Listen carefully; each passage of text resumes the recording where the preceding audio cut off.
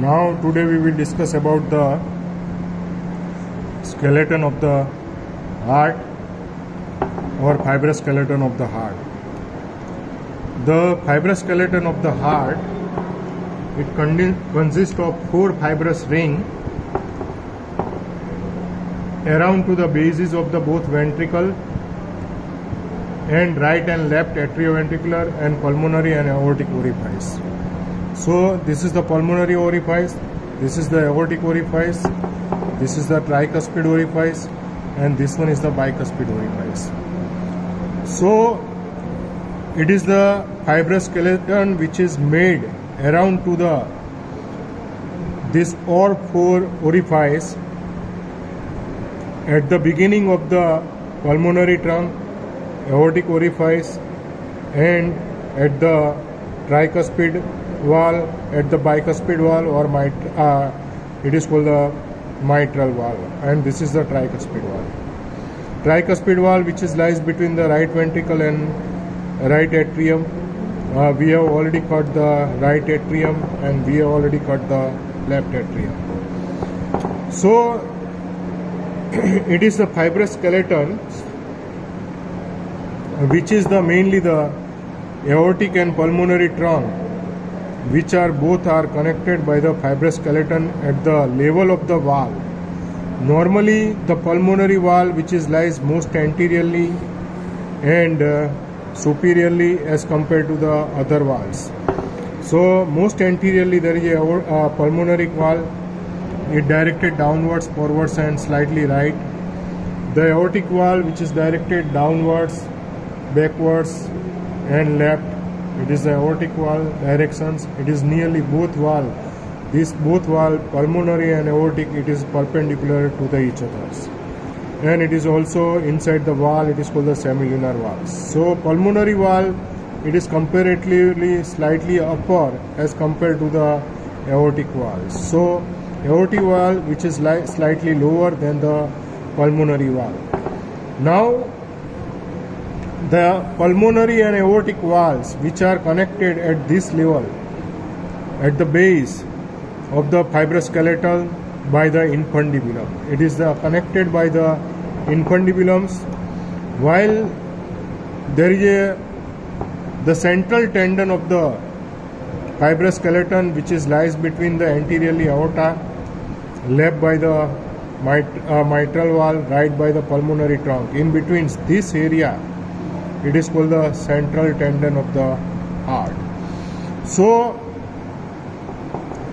the left margins of the aortic valve and bicuspid valve, in between there is an area here, this left margins of the fibrous skeleton, which is formed by the trigonum fibrosum sinistrum.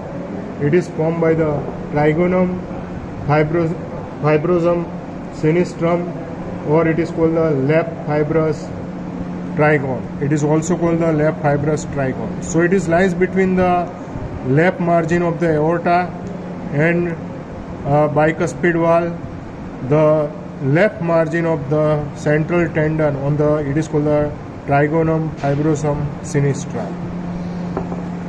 The another thing, it is the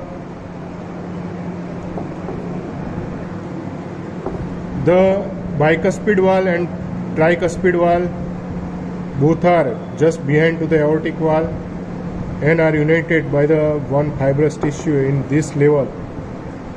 It is called the triangular area, which is connected by the fibrous tissue. It is called the trigonum fibrosum dextra.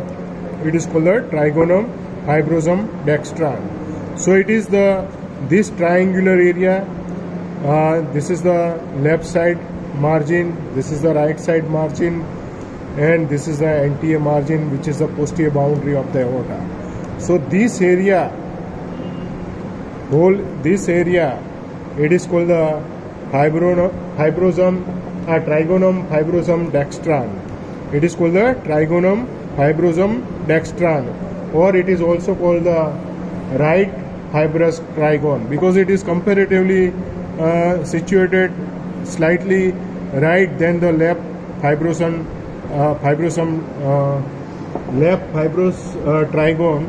It is called the left fibrous trigone. It is also called the Trigonum fibrosum sinistram. It is called the Trigonum fibrosum sinistram. What is Trigonum fibrosum sinistram? Aorta and bicuspid wall. There is a margin of the left margin of the central tendon of the skeleton.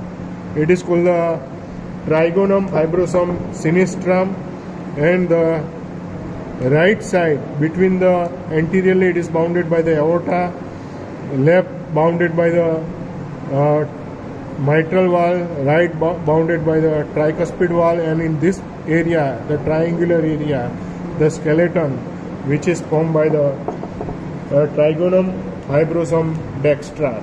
It is a Trigonum fibrosum dextra. What is the importance of these fibrous skeletons? It is the baseline. Above to it, it gives the upper margin, it gives the origin of the atrial muscles, and below it gives the origin of the ventricular muscles. And these fibrous skeletons, which is also important for it gives the attachment for the wall attachment, peripheral attachment. It gives the space for the attachment of the wall. All four walls which is attached to by the fibrous skeleton, and it keeps into the positions, as well as it gives the origin of the atrial muscles. Above to upper margin, it gives the origin of the atrial muscles, and lower margin it gives the origin of the ventricular muscles, and it is the demarcating points where there is a atrium and ventricles which is completely separated. Only in between there is the fiber which is passes. It is called the bundle of His, which is the only connecting between the atrium and ventricles through these fibrous skeletons. So this is about to the fibrous skeleton of the heart. These fibrous skeletons, which is mainly during the replacement of the wall, you have to take the stitches from these fibrous skeletons, because it retains the wall into the positions by the fibrous skeletons.